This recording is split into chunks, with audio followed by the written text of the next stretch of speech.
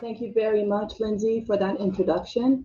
And thank you, TIPE 2022, for providing this wonderful platform for everybody to share their stories, and especially for AlphaStar as a representative small business in the additive manufacturing space and rising above the challenges that it poses. So I'm going to start off by giving you just a little background on AlphaStar. Kay, really quick before you go, maybe you want to go into presentation mode because we see the... Okay, sorry. How's that? Sure, yeah, that's... Got it? Perfect. Okay. So just a little background on AlphaStar. AlphaStar was founded in 1989. We are currently located in Irvine, California. We employ 20 people. Our mission is to provide industry with validated physics-based software tools and technologies for advanced materials and processes. Now, the industries we serve are primarily the aerospace, aeronautics, automotive, energy, power, consumer products, and the technologies and applications supported by our team and our tools are for addressing composite design and fabrication, additive manufacturing using our TMG tool, which is a thermal code for the additive process. We also do development of advanced and multifunctional materials and processes and the development of new alloy designs. And we help and support our customers with qualification and the FAA certification process.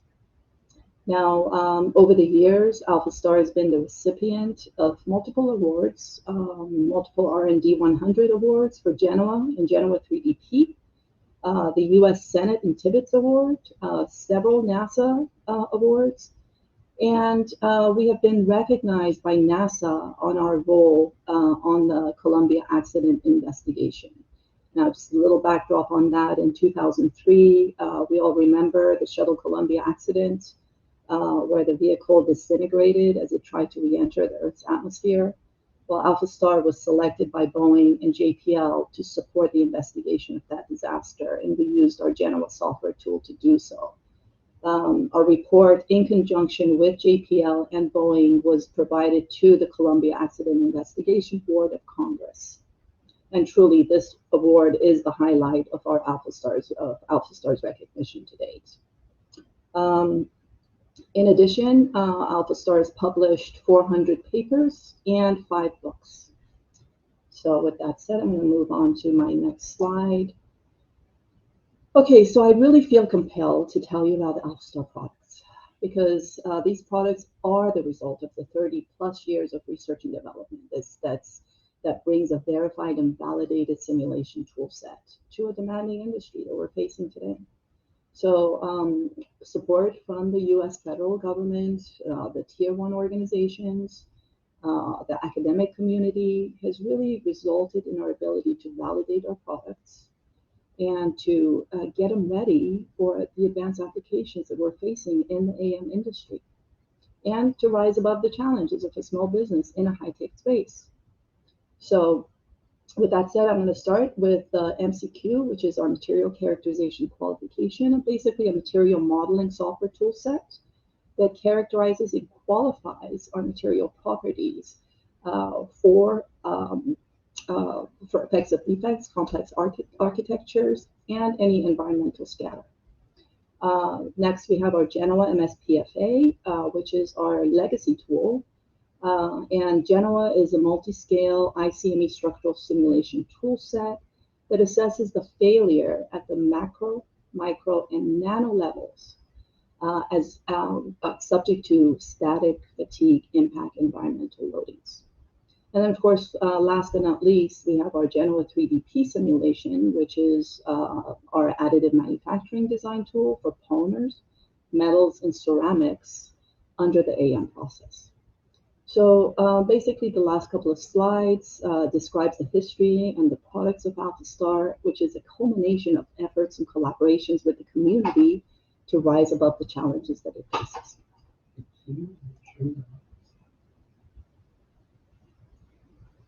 All right, so the next slide, I'm going to go over A few of the stats that are interesting as a small business, because we all know small business is the backbone of economy and innovation. So let's look at some of these stats. 90% of US companies are small businesses. 70% of global employment is by small to medium business. And 55% of the GDP is generated by small to medium business. Now let's look at the small business innovation stats. This is really interesting. Small businesses produce 14 times more patents than large businesses, and they employ 40% of America's scientists and engineers. And 25% of technologies that are developed under these small innovation programs actually make it to being a product or a service. That means they've achieved commercialization, success story. But only 2.8% of federal allotment of research and development funds is really dedicated to small business. And I think at a time when our nation really needs to pull together and advance our science and technology rapidly, we should leverage the backbone of the economy and innovation, and that is the small business. All right, moving on to my next slide here. All right, let's turn to additive manufacturing. So we're all chasing the rise of additive manufacturing, but why? Well, because additive manufacturing is a disruptive technology and it has tremendous future possibilities to replace traditional manufacturing. Why is that? Number one reason is design freedom. I mean, look at over here. Design freedom, complex geometries can be produced additively. So basically anything you could envision or vision, you can potentially produce that additively. Whereas traditional manufacturing really offers a lot of design restrictions. Let's look at sustainability. Now, manufacturers believe that 3D printing is really important to their sustainability going into the future years. And that is true, because traditional manufacturing is very environmentally inefficient, whereas additive manufacturing is more circular in its economy and it's sustainable. What else? Let's look at manufacturing distribution. Traditional manufacturing is landlocked into a centralized location. So you need to be at that manufacturing plant to be able to produce whatever you're producing. Whereas with additive manufacturing, as long as you have your machine and your materials, you can produce anything you need, anywhere you need to produce it. So that's a huge advantage. And that's really why we think additive manufacturing has very attractive long-term investment value. Which actually brings me up to my next slide really well. Looking at the global space, because experts really anticipate the growth of AM to be an average of 23% CAGR in every region. And we can see that. Look at North America, 21, Europe, Asia Pacific, Latin America, Middle East. Every region on the globe is chasing the additive manufacturing ride. And studies are showing that by 2032, the market for additive manufacturing is going to reach $350 billion. That's right out of the Wohlers report. So this is a magnificent industry, and it is here to stay. So let's all work with it. Moving on to my next slide. Okay, so turning back to the small business. And why small business is really key to the progress in the high-tech arena. Well, we're talking about additive manufacturing space here, but in any high-tech orientation. Number one, small teams can bring big discoveries. And we actually just looked at that in the stats page that I shared with you. So in our stats slide, we had small teams are producing 14 times more patents than larger teams. And they're hiring 40% of America's engineers and scientists. They should be able to come up with big discoveries. Next, small teams allow for greater autonomy and accountability. And that's true, because you don't need to look over their shoulders as much. They own the problem, and they're responsible for the opportunities that are presented to them. Small teams can foster great trust and less fear of failure. Again, that is true. Open discussions reduce fear of failure. You tend to have more open discussions in a smaller setting when you have a small business.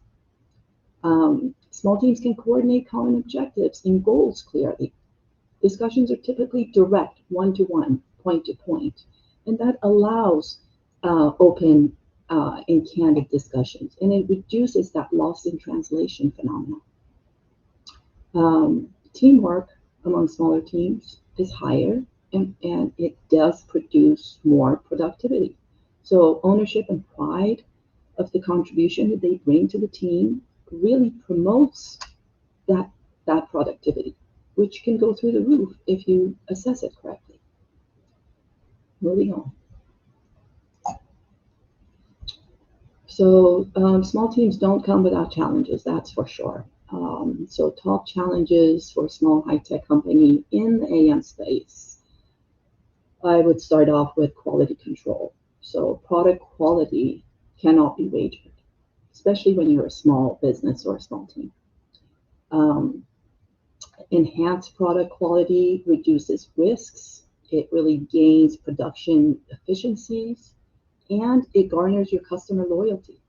So you cannot wager quality control. IP copyrights and concerns, just as the previous speaker was talking about, there is a lot there. So protection is key to your survival if you're a small business. And exactly how to protect your intellectual property really depends on the nature of that intellectual property. It's not always easy to determine the best type of protection, because some intellectual properties require just one type of protection, whereas other types of intellectual properties require two or more in order to be fully protected. So you've really got to keep your eye on that ball. IT security and compliance. What does IT security mean?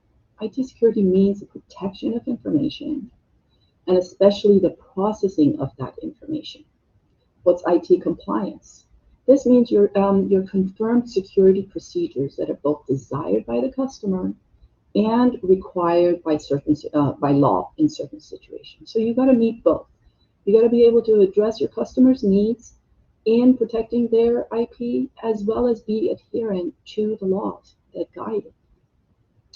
So this is really, these few things are really, really important, but especially if you have, which we all do in a high-tech area, significant information from third-party sources. So if you have proprietary information that belong to your customers, protecting that information and securing that information is really on the #1 scale. Let's look at funding constraints. Another thing that really small businesses need to address. We're always under that funding constraint, no matter how many projects you have in-house. So funding constraints are always something that ail small businesses. Scaling up is another one of those things. Whether you have products or services you want to scale up, that requires resources and strategy. So you've got to keep your eye on that as a small business. HR compliance. Well, the rules are really the same for small business as they are for larger businesses. So you need to be documenting your policies and procedures, consistently applying those policies and procedures. You need to remove any barriers to compliance by your management or your staff. And you need to reinforce training of your management and your staff. And of course, stay current with the ever-changing laws and regulations. And make sure that all your employees are following those procedures. So these are a lot of tic-tacs for a small business with limited resources to keep your eye on, but it's very necessary. Brand messaging. That's something that can easily fall through the crack for a small business because of lack of resources. It's something that sometimes takes the back burner, but it really does hurt. You need to keep your eye on this as well.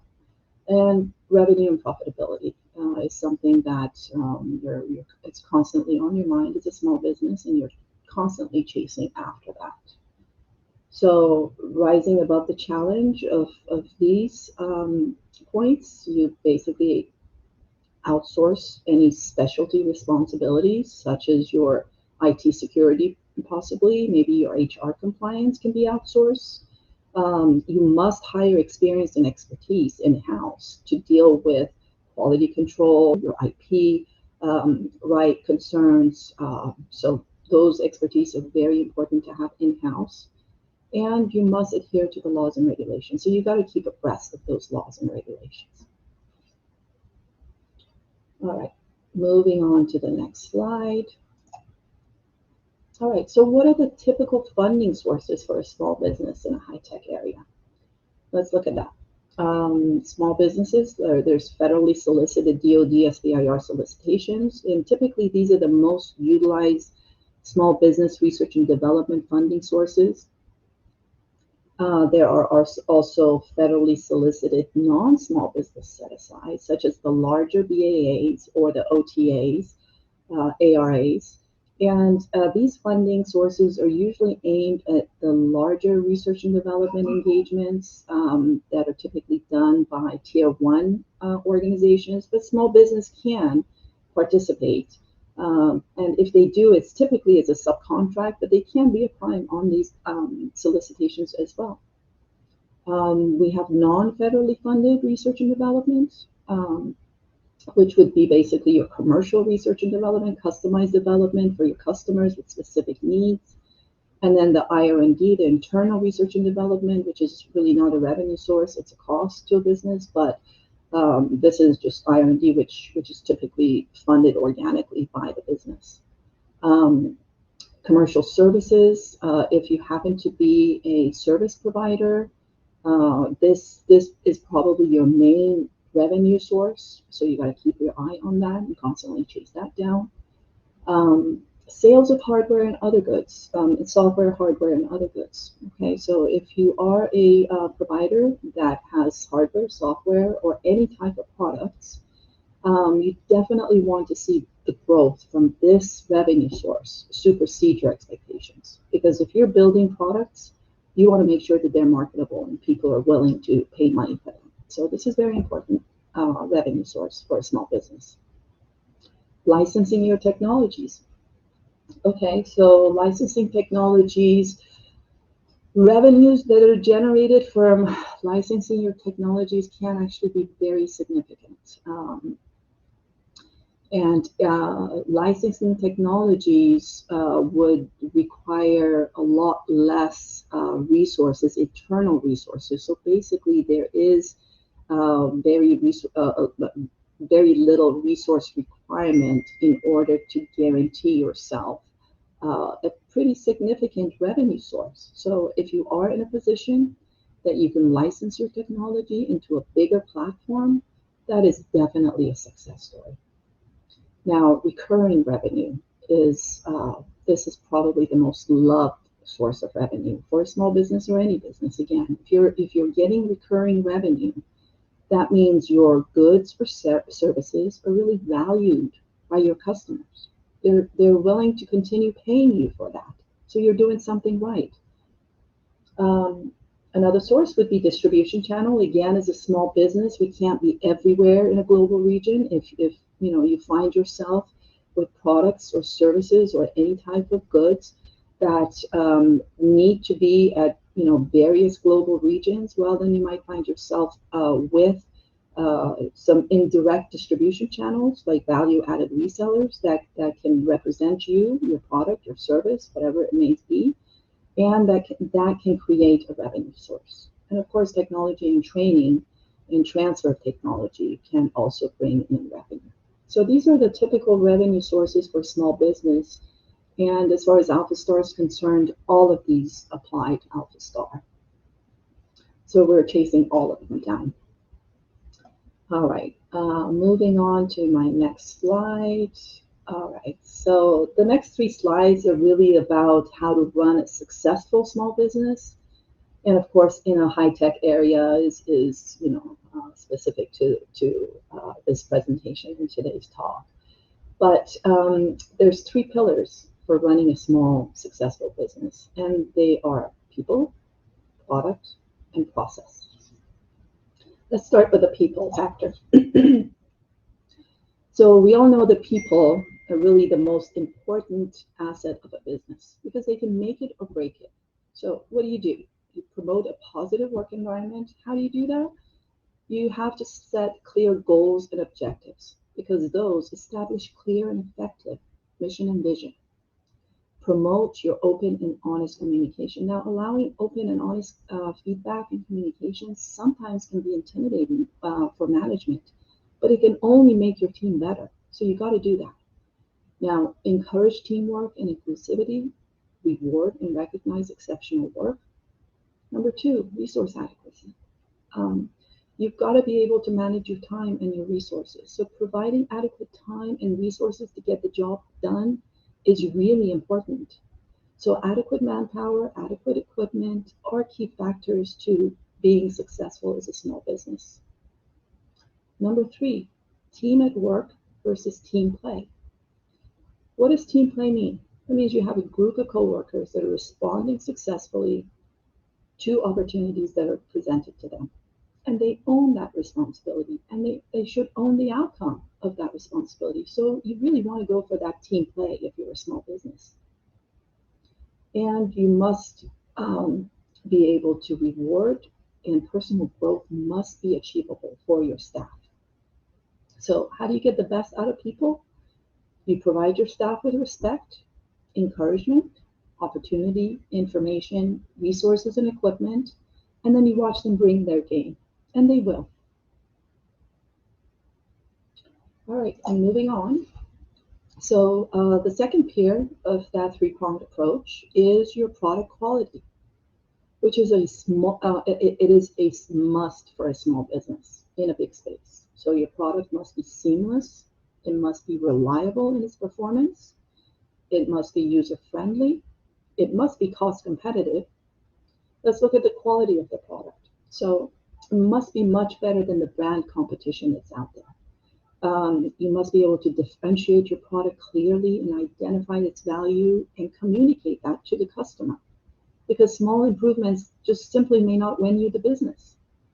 You must meet and exceed customer expectations, because customer time is limited and their attention span is short. So you gotta make good use of that. Quality of customer support. This is really, really important. So post-sale support is essential. Dedicated and capable resources must be allocated to your customer needs.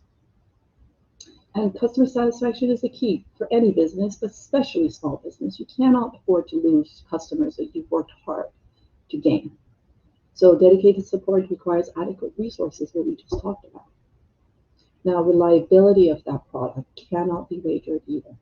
Reliable efficiency cannot be compromised. Your window of opportunity is really narrow with these customers. Thus, reliability is a key factor to your customer satisfaction. So pay attention to that. And of course, price competitiveness. There is no room to recover costs of development. Profitability for a small business can only come with volume of sales. So the gist of this slide is a little better is not enough. Small business must be much better to win the business. All right, and moving on to the third leg of that three-tier approach, you must establish process control, which is really important for small business. Again, what are the benefits in having and communicating clear processes, policies, and procedures? Well, it provides guardrails for your management and your staff, and provides rules and guidelines, which could be really, really helpful in any confronted situation with management or staff. So clear processes and procedures is very important. Now, number two, frequent review of those policies and procedures and adherence to them is also very important. Out of sight, out of mind. So this is one segment of the business that cannot be out of mind. So constant reinforcement of your policies and procedures really needs to be upfront and center. And then number three, recognize the need for improvement. We're changing, there's changes to federal or state laws, constantly, frequently, and that should be expected. So you got to be able to adapt and adopt. So systematic review of process-based performance, changing the policies and procedures to meet those federal and state laws, and learning from your mistakes. So keep abreast of things. And you know what? This is actually where a small business does have an advantage, because small business can quickly adopt and adapt to new procedures. So let's take advantage of that agility. Um, all right, and that really brings me to my last slide, just to recap everything. Number one, small businesses are the backbone of the economy and innovation. They drive value. Number two, small businesses contribute to science and technology significantly. So that expands your innovation. Let's use them.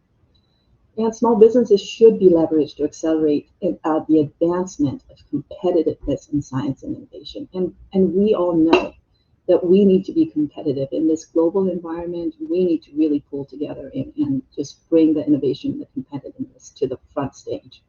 So I hope we can all do that. And AlphaStar, as a small business representative, it's going to do its darnest to do just that. And it has been doing so for the past 30 years. So thank you very much for listening to my presentation. That's all I have.